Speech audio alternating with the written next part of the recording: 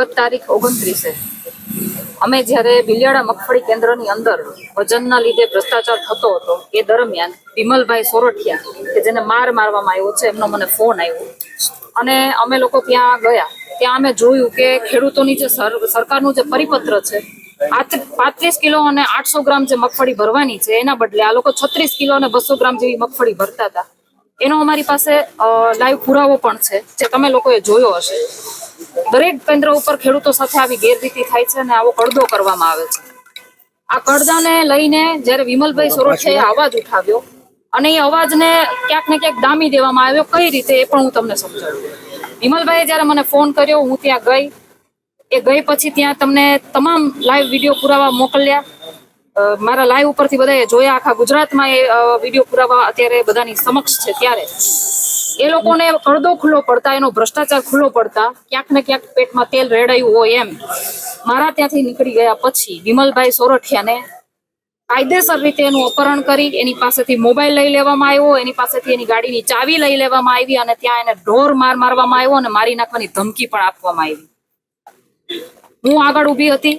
મને શંકા ગઈ કે વિમલભાઈને એ લોકો હજી ત્યાંથી નીકળ્યા નથી એટલે હું ફરી પાછી કેન્દ્ર ઉપર ગઈ અને મેં જોયું કે વિમલભાઈના શર્ટની પાછળ પાટા મારેલા નિશાન પણ છે જે મેં વિડીયોની અંદર બતાવેલા છે.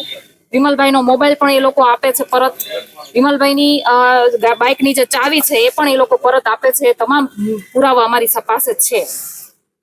આ પછી અમે આ ફરિયાદ કરવા માટે જ્યારે પોલીસ સ્ટેશને જઈએ છીએ ત્યારે વિમલભાઈની અમે ફરિયાદ મૌખિકમાં પીએસઆઈ ડોડિયાને કરેલી છે, પીઆઈ ડોડિયાને સોરી એમને કરેલી છે અને એમણે અમને કીધું છે કે તમે અરજી આપી દો. એ દરમિયાન વિમલભાઈની તબિયત ખરાબ હતી. એમને ચક્કર આવતા હતા કારણ કે માથાના ભાગે એમને ઈજા થઈ હતી અને અમે ત્યાંથી સિવિલ હોસ્પિટલે ગયા. સિવિલ હોસ્પિટલે એમની સારવાર ચાલુ કરી. સારવાર ચાલુ કર્યા પછી 3 કલાકે પોલીસ અમારી પાસે ફરિયાદ લેવા આવે છે અને ફરિયાદ લેતા લેતા જ્યારે મૌખિક બધી રજૂઆત વિમલભાઈ કરે છે કે ક્યાં રહે છે, કોની સાથે રહે છે, સવારથી અત્યાર સુધી શું કરતા હતા, એ બધી જ વાત લખ્યા પછી જ્યારે વારદાતની વાત આવી અને નામજોગ ફરિયાદની વાત આવી ત્યારે ત્યાં ઉપસ્થિત જે એએસઆઈ છે, જે પીઆઈ ડોડિયાના રાઇટર છે મકવાણા સાહેબે એવું કીધું કે અમારે હવે અમારી ઓથોરિટી નથી, અમારે અમારા ઉપલે અધિકારીને બોલાવવા પડશે, અમે નામજોગ ફરિયાદ નહીં લઈ શકીએ, અમારે પૂછવું પડશે એમ કરી અને ફરિયાદ ત્યાંથી અમારી અટકાવેલ. એ પછી 1.5 કલાકના અરસે ત્યાં પીએસઆઈ સાહેબ આવેલ અને પીએસઆઈએ ત્યાં હોસ્પિટલના બેડ ઉપર સારવાર લઈ રહેલા વિમલભાઈ અને એમના કાકાને એવું કહેલ કે તમે અમારી સાથે આવો અને ઘટના સ્થળ ઉપર અમને બતાવો. વિમલભાઈની એમની તબિયત સારી નહોતી એટલે વિમલભાઈને એ લોકો તો નહીં પરંતુ અમારી સાથે ઘટના સ્થળ ઉપર જે બીજા લોકો હાજર હતા એમને અમે સાથે મોકલા અને એને ઘટના સ્થળ ઉપર ગયા. ત્યાં કોઈ બીજા પોલીસ પણ એમની સાથે હતા અને એને કેન્દ્રના કેમેરામાં જોયું બી ખરું કે કેન્દ્રના ગેટ ઉપરથી સામેના ગેટમાં વિમલભાઈને એને લઈ જાય છે એવું એમણે અમારા માણસને કહેલું પણ છે.